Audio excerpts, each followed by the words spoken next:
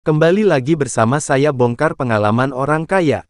Eka Cipta Wijaya yang dibahas kali ini, orang kaya ketiga di Indonesia. Eka Cipta Wijaya tanggal 27 Februari tahun 1921 sampai 26 Januari tahun 2019, Hanzi tradisional, Huang Yichong, Hanzi sederhana, Huang Yichong, Pinyin, Huang Yichong, POIG, Ui Ekchong adalah pendiri Sinar Mas Group, yang merupakan salah satu konglomerat pada masa Orde Baru berkebangsaan Indonesia. Kehidupan awal Eka Cipta Wijaya lahir dengan nama E Ekchong pada tahun 1921 di Quanzhou, Provinsi Fujian, Hokkien, Tiongkok. Orang tua Eka Cipta Wijaya adalah seorang pedagang yang berpusat di Makassar, Celebes.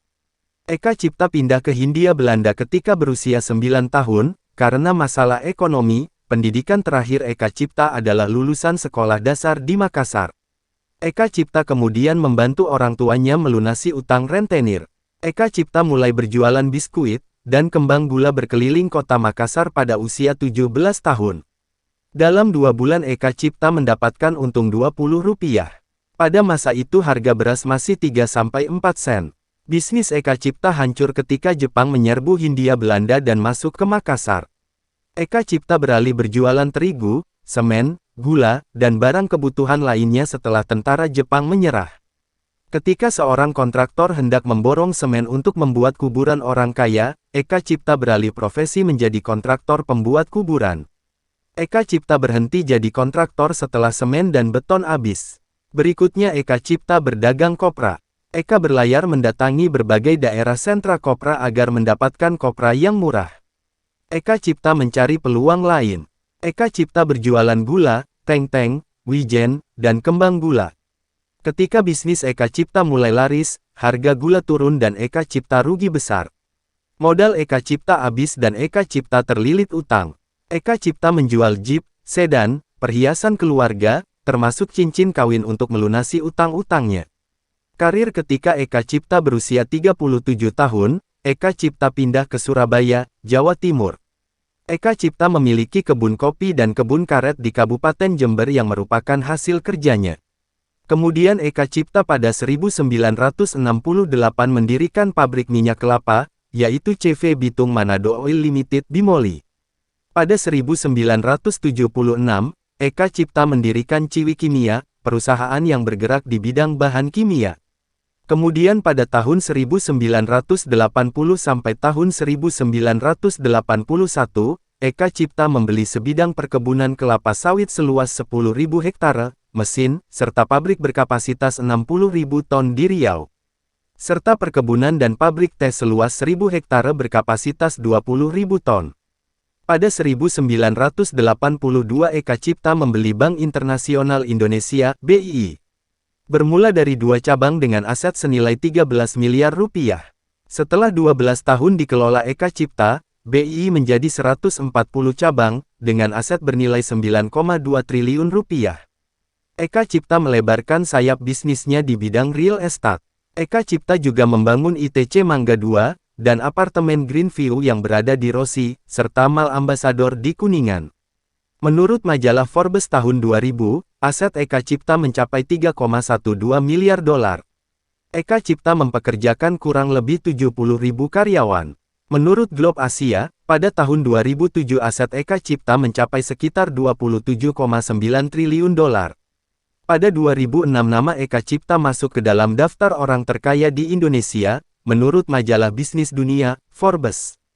Menurut majalah Forbes, pada 2013 Eka Cipta menduduki peringkat kedua orang terkaya di Indonesia. Eka Cipta menerima gelar doktor kehormatan dalam bidang ekonomi dari Pittsburgh State University, Amerika Serikat.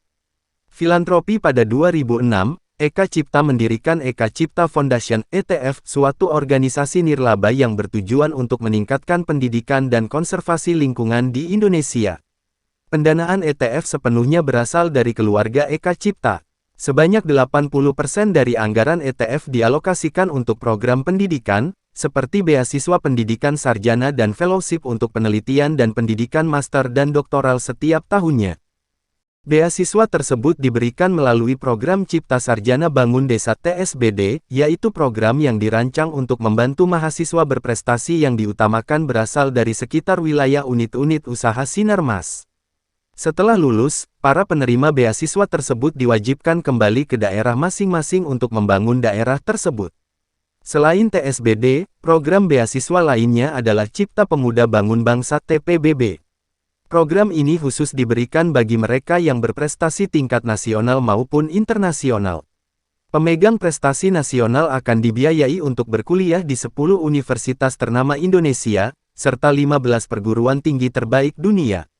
Atas karyanya dalam bidang filantropi, pada Maret tahun 2010 Forbes Asia memasukkan Eka Cipta sebagai satu dari 48 Heroes of Philanthropy, kemudian pada bulan Juli tahun 2010, ETF meraih rekor dari Museum Rekor Indonesia, MURI untuk kategori pemberi beasiswa S1 terbanyak untuk kurun waktu tertentu, tahun 2007 tahun 2008 sampai tahun 2008 tahun 2009.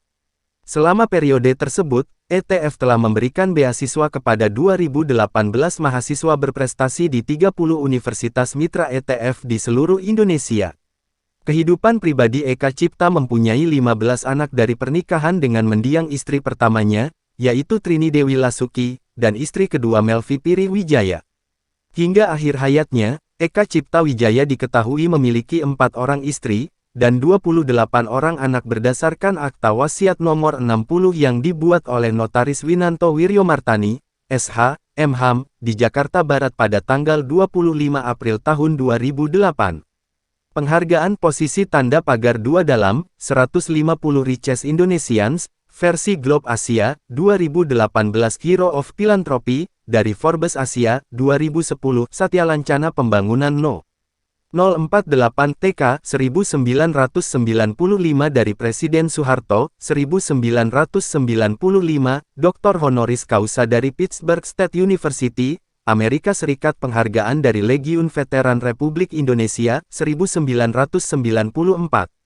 Kematian Eka Cipta Wijaya meninggal Sabtu, tanggal 26 Januari tahun 2019 pukul 19.43 waktu Indonesia Barat, pada usia 97 tahun di kediamannya, Menteng, Jakarta Pusat.